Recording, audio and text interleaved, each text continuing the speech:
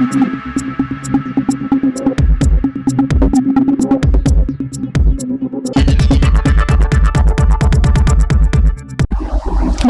সময় বাংলা সংবাদে আপনাদের স্বাগত। আপনাদের সাথে আমি প্রীতি। দেখে নেব আজকের বিশেষ সংবাদ। থ্যালাসেমিয়া আক্রান্ত শিশুদের কল্যাণে রক্তদান শিবির। কেশপুরের গড় সেনাপত্তা জুনিয়র হাই স্কুলকে মাধ্যমিক করার জোর দাবি। থ্যালাসেমিয়া আক্রান্ত শিশুদের পাশে দাঁড়াতে এবং মানবিক বার্তা ছড়িয়ে দিতে কেশপুর ব্লকের গড় সেনাপত্তা জুনিয়র হাই স্কুলের অভিভাবক ও শিক্ষক মণ্ডলীর উদ্যোগে এক মহতী স্বেচ্ছায় রক্তদান শিবির অনুষ্ঠিত হয়। শিবিরে 12 জন মহিলা সহ মোট 103 জন স্বেচ্ছায় রক্তদান করেন। রক্তদান শিবিরের উদ্বোধন করেন কেশপুর ব্লকের সহকারী বিদ্যালয় পরিদর্শক সুশান্ত পাণ্ডে। অনুষ্ঠানে উপস্থিত ছিলেন কেশপুর 1 নম্বর চক্রীর অবর বিদ্যালয় পরিদর্শক গণেশ গড়াই, বিশিষ্ট সমাজসেবী দীপক সাউ, মুখবাসন গ্রাম পঞ্চায়েতের উপপ্রধান চন্দনা দেব, প্রাক্তন প্রধান কমল দেব, শিক্ষানুরাগী স্বপন মুখার্জি এবং গড় সেনাপত্তা জুনিয়র হাই স্কুল ও গড় সেনাপত্তা প্রাথমিক বিদ্যালয়ের শিক্ষক শিক্ষিকারা। উল্লেখ্য, 2010 সালে প্রতিষ্ঠিত গড় সেনাপত্তা জুনিয়র হাই স্কুল বর্তমানে 8ম শ্রেণী পর্যন্ত পাঠদান করে এবং বিদ্যালয়টি 16 বছর পূর্ণ হয়েছে। গড় সেনাপত্তা খোদ্দা, রাধাবল্লভপুর, কুলবহরা, বাগপোতা, অকুলসারা, সিদ্ধেশ্বরী সহ আশেপাশের একাধিক গ্রামের ছাত্রছাত্রীরা এই বিদ্যালয়ে পড়াশোনা করতে আসে। অনুষ্ঠানে উপস্থিত সরকারি আধিকারিকদের সামনে বিদ্যালয়কে মাধ্যমিক স্তরে উন্নীত করার দীর্ঘদিনের দাবি জোরালোভাবে তুলে ধরেন অভিভাবক ও শিক্ষানুরাগীরা। অভিভাবক পাঁচকৌড়ি দেব বলেন, বিদ্যালয়টি মাধ্যমিক স্তরে উন্নীত হলে স্কুল ছুটির হার কমবে, বাল্যবিবাহ রোধেও ইতিবাচক ভূমিকা পালন করবে এবং এলাকার ছাত্রছাত্রীরা উচ্চশিক্ষার আরও ভালো সুযোগ পাবে। রক্তদানের মতো মানবিক উদ্যোগের পাশাপাশি এলাকা শিক্ষার উন্নয়নের দাবিও এদিন সমান গুরুত্বের সঙ্গে উঠে আসে, যা উপস্থিত সকলের প্রশংসা কুড়িয়েছে।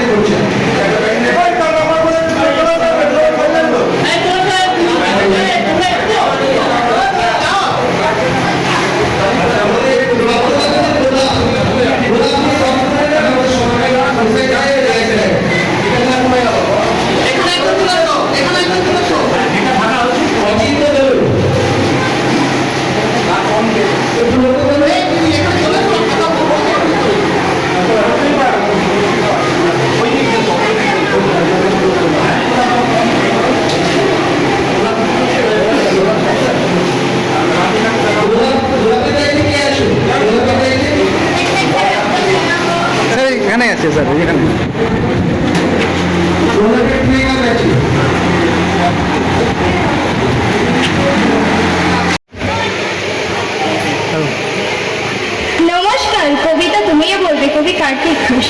ভালো মেয়ে ঠিক কাকে বলে জানো? ভালো ছেলে মানে কি? তুমিও বলবে। সহজ প্রশ্ন, মাপকাঠি একটি। যে মেয়ে পেয়েছে অঙ্কে 100, যে ছেলে ভূগোলে সেরা, তারাই তো ভালো। সবাই বলছে হীরের টুকরো এরা। কাগজে ওদের ছবি ছাপা হয়, টিভিতে দেখায় মুখ। ওদের জন্য আমারও তো ভাই আনন্দে ভরে বুক।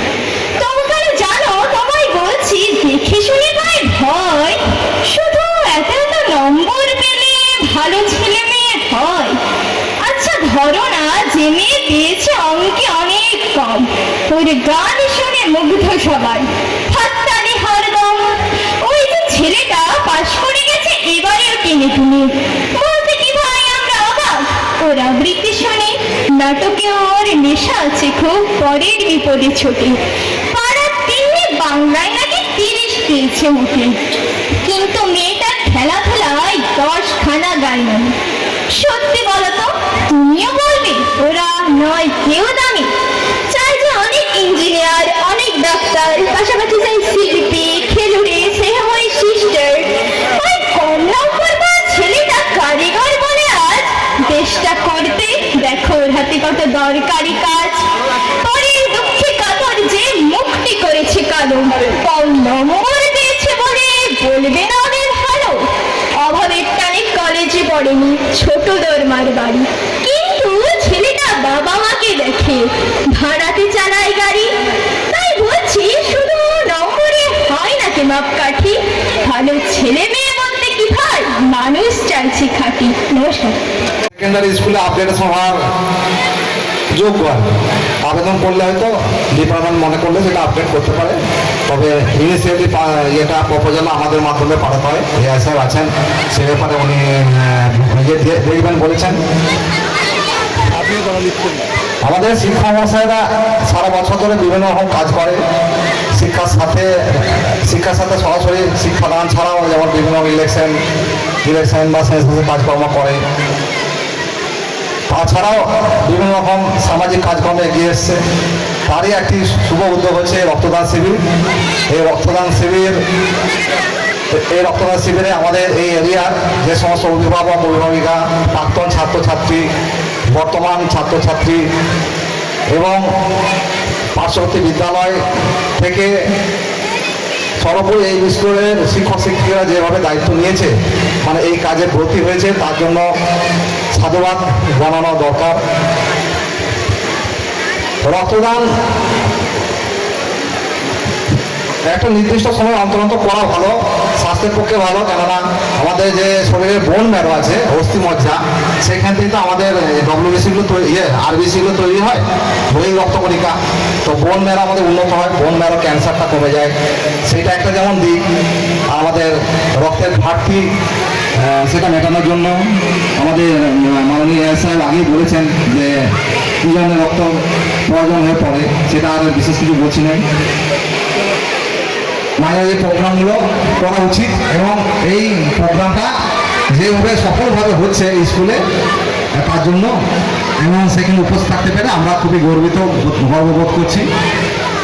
সারাদিনের যে অক্লান্ত পরিশ্রম করে শিক্ষক শিক্ষিকারা এবং অভিভাবককে মিলে যে মানে ব্যবস্থাপনা করেছেন এবং যেভাবে একটা জুনিয়র স্কুলের ছাত্র বা ছাত্রীরা যেভাবে সাংস্কৃতিক রক্তদান শিবির হচ্ছে বিশ্বকাপের মতোই, যেখানে মূল অনুষ্ঠান শুরু হওয়ার আগে খেলা শুরু হয়ে যাবে।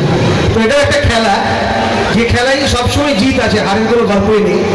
আর উনি হয়তো পড়েছেন কিনা জানি না, স্যারের কথা মিলে গেছে, থ্যালাসেমিয়া আক্রান্তদের জন্যই কিন্তু এই অনুষ্ঠান স্যার, থ্যালাসেমিয়া আক্রান্ত শিশুদের কল্যাণার্থী রক্তদান শিবিরটি। আর স্যারের সঙ্গে কথায় সংযোজন করি যে এলাকায় শুধুমাত্র রক্তদান শিবির নয়, আগামী দিনে সবাই মিলে ভাবা হয়েছে, মূলত আমরা সবাই ক্লাবের পক্ষ থেকে আমাদের কাছে বলা হয়েছে যে আর্লি ডিটেকশন, যে থ্যালাসেমিয়া যাতে উৎসমুখ বন্ধ করা যায়, অর্থাৎ প্রত্যেক ছাত্রছাত্রীর রক্তে থ্যালাসেমিয়া বাহক আছে কিনা, HPLC যেটা আমাদের মানে টেস্টটা, সেটা করে নেওয়া হবে। সীমিত মূল্যে আমাদের সে খরচ আমরা শিক্ষকরা বা শিক্ষার্থীরা বহন করবো, বিনা পয়সায় ছাত্রছাত্রীদের, এবং এগুলো হবে। আরেকটা পাঁচকড়ি ভয় পাচ্ছিল, এই রাস্তার দূরত্বে অনেক কিছু ঘটে গেছে, অল্প বয়সে বিয়ে, এই এলাকার মেয়েরা 15, 16, 14 বিয়ে হচ্ছে, নতুন ট্রেন্ড দেখা যাচ্ছে বিলো 18 ছেলেরা বিয়ে করছে। সরকারি কুফল, বিগত সরকার বর্তমান সরকার তুলনায় যাচ্ছি না, শিক্ষার্থীদের হাত থেকে মোবাইলগুলো ছাড়াতে হবে। আমরাও আমাদের ছেলে মেয়েদের বিভিন্ন স্তরে পড়াতে গিয়ে দেখেছি যে ছোট মুঠোফোন থাকলেই হলো, যেটা থেকে শুধু পৌঁছচ্ছে বা ঘর থেকে বেরিয়ে যাওয়ার সময় বেরোচ্ছি, পৌঁছে গেছি, ঘর আসছি, এটুকু হলেই যথেষ্ট। কারণ অনলাইন এডুকেশন কখনো প্রথাগত শিক্ষার বিকল্প হতে পারে না, তাই ওই বড় ফোনটা খুব একটা জরুরি নয়। আমাদের দরকার আছে, স্যারেরা তথ্য চাইলে দিতে হচ্ছে, কিন্তু সেটা নিয়ে বসে থাকবো সারাদিন, এই মানসিকতা শিক্ষার্থীদের মধ্যেও যদি থাকে দূর করতেই হবে। আর এটি কারণ বিজ্ঞান আশীর্বাদ নিয়ে অভিশাপ, এলাকার কিছু অংশ ভেবেছে এটা আমাদের কাছে আশীর্বাদ, তারা তাদের পরিবারের অভিশাপ ডেকে আনছে। থামতে হবে, থামাতে হবে। আগত শিক্ষক শিক্ষা মণ্ডলীকে শ্রদ্ধা জানাই, এলাকার বিশিষ্ট মানুষজনকে শ্রদ্ধা জানাই, এই বিদ্যালয়ের শিক্ষক শিক্ষিকা এবং শিক্ষাকর্মীবৃন্দকে স্নেহাশিস জানাই, এই স্কুলের ছাত্রছাত্রীবৃন্দকে। এরকম একটা মহতী অনুষ্ঠান করার জন্য এই বিদ্যালয়ের প্রধানকে এবং তৎসহ যারা এর সঙ্গে যুক্ত তাদেরকেও শ্রদ্ধা জ্ঞাপন করি। প্রায় 1 ঘন্টার উপর এসেছি, আগে এই বিদ্যালয়ে এসেছি। অনুষ্ঠান খুব সুন্দর হচ্ছে, খুব সুশৃঙ্খলভাবে হচ্ছে। ছাত্রছাত্রীও দেখছি ধৈর্য সহকারে বসে আছে। শুধু বিদ্যালয়ে পড়াশোনাটাই শেষ কথা নয়। একটু আগে মেয়েটি যে কবিতাটি আবৃত্তি করে আমাদের শোনালো, হ্যাঁ সত্যি তো, পড়াশোনাটা জীবনের শেষ কথা নয়। পড়াশোনার পাশাপাশি আমাদের ছেলেমেয়েদের সামাজিক হতে হবে, মানুষের মতো মানুষ হতে হবে। আমরা যতই পড়াশোনা করি, আমরা যদি মানুষের মতো মানুষ হতে না পারি, সেই পড়াশোনার মূল্য কিন্তু আমাদের এই সমাজ দেবে না। তাই কেবলমাত্র নম্বরের মধ্য দিয়ে একটা ছাত্র বা একটা ছাত্রীকে যাচাই করা ঠিক নয়। তার মধ্য থেকে আরও যে জ্ঞান আছে, তার মধ্যে যে আরও বিদ্যা আছে, সেগুলো বহিঃপ্রকাশ হয় এই শিক্ষাঙ্গনে।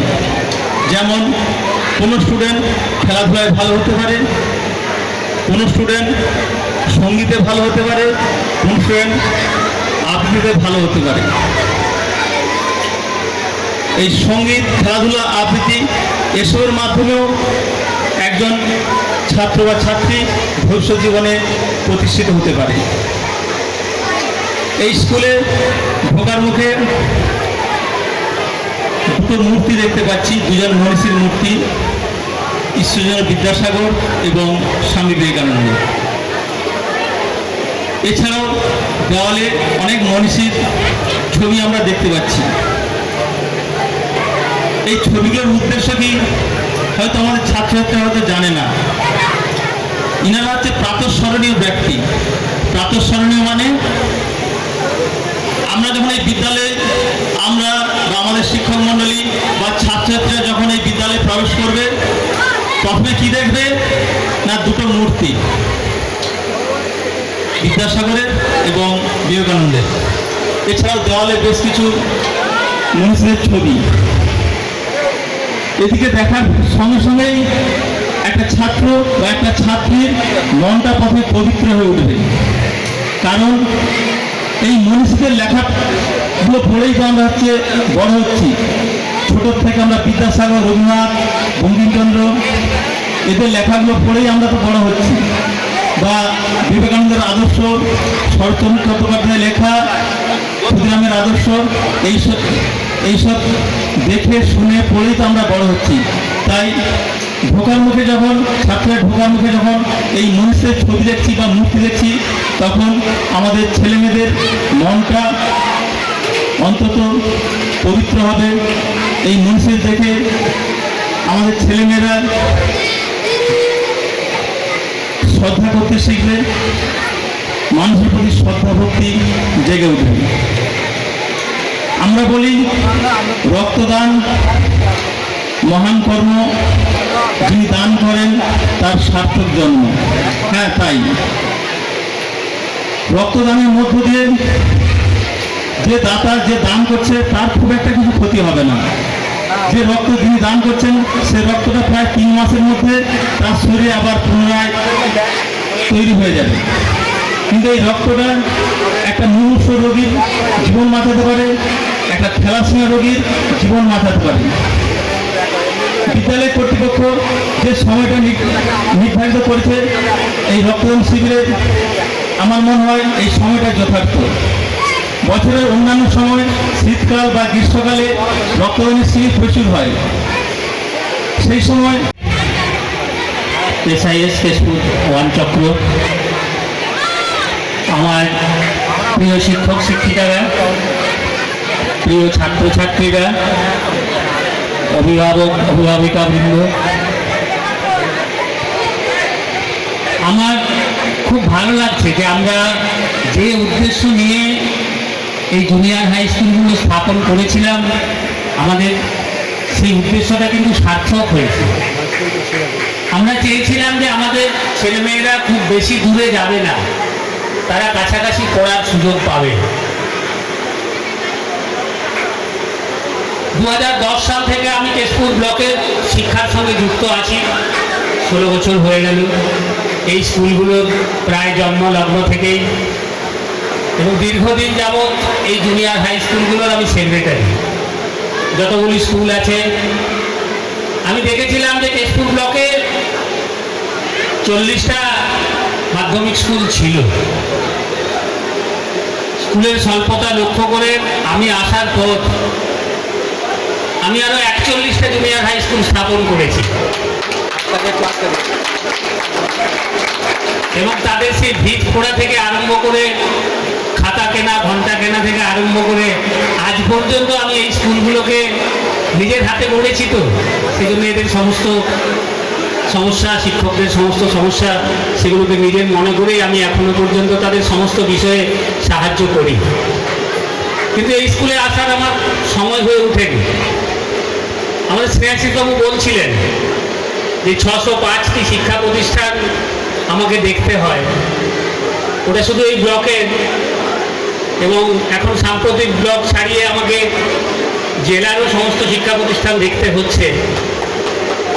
জেলার যত প্রাইভেট স্কুল, প্রাথমিক শিক্ষার একটা গুরুত্বপূর্ণ অংশ আমাকে দেখতে হয়। শিক্ষক শিক্ষিকাদের বেতন, পেনশন সমস্ত কিছুই এখন আমার ঘাড়ে অর্পিত আছে, অর্থাৎ কাজের পরিধি অনেকখানি বেড়ে গেছে। সুতরাং স্কুলে সশরীরে উপস্থিত থাকা আমার পক্ষে খুব একটা সম্ভব হয় না। আজ সকাল পর্যন্ত অনিশ্চয়তা ছিল, যাব কি যাব না। সংবাদ এখনকার মতো এই পর্যন্তই। সঙ্গে থাকুন, দেখতে থাকুন সময় বাংলা।